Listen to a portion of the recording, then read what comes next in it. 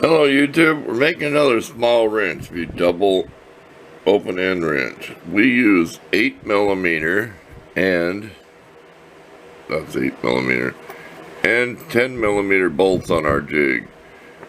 So we took a 7mm wrench, we made it 8. Okay. And we're going to take the 8 and make it into a 10.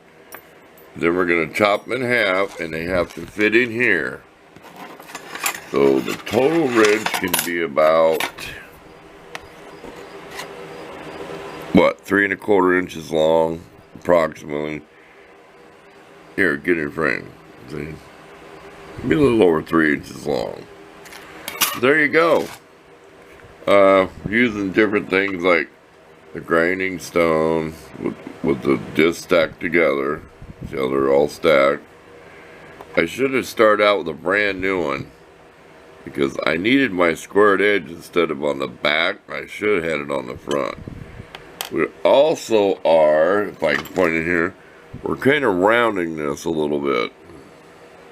See where it's kind of rounded? We'll get here, see? So we're going to take a diamond bit, kind of round that, so it looks like a factory wrench. We get awful close. We're so used to working close, we hit the camera too close. You can probably see what I'm doing this far away, but I do that. I have the habit of getting up close too much. And we've added some extra holes to this.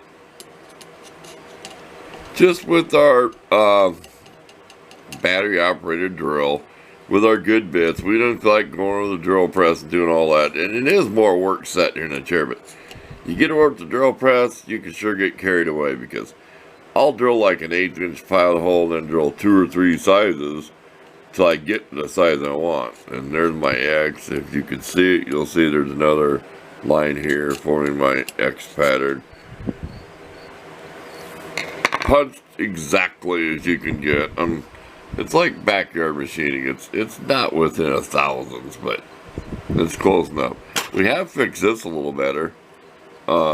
If you put your straight edge on here, it's pretty equal about halfway up.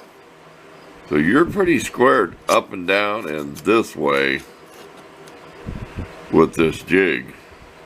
Okay, let's get to work. We'll come back when we have the other one made, the other end to fit, and then we'll start setting it up and welding it. So we'll make these clips really short, so this is not a long video. I'm trying to stay under 5 minutes.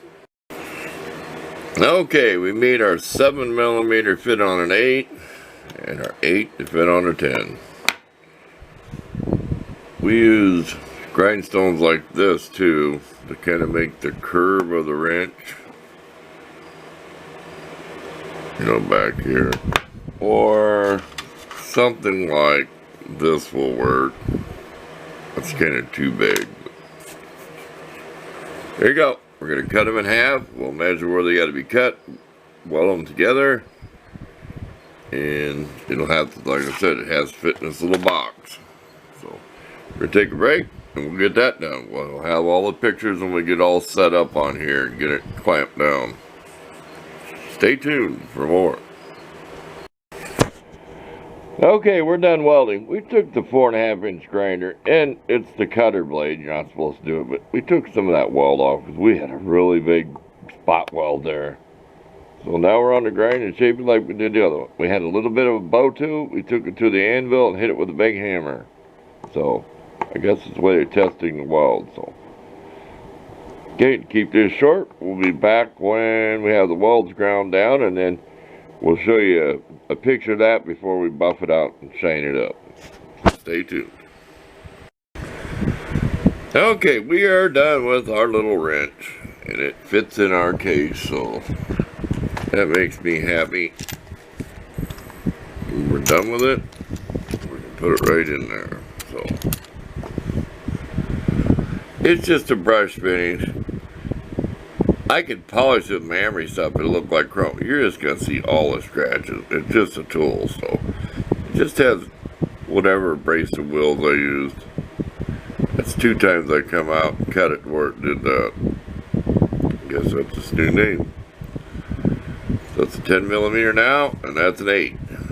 So thanks for watching. This is fun doing it. Look for all the pictures at the end where you see how big giant spot welds I had on there. So it's hot. We're going back in air conditioning. So we're out of here.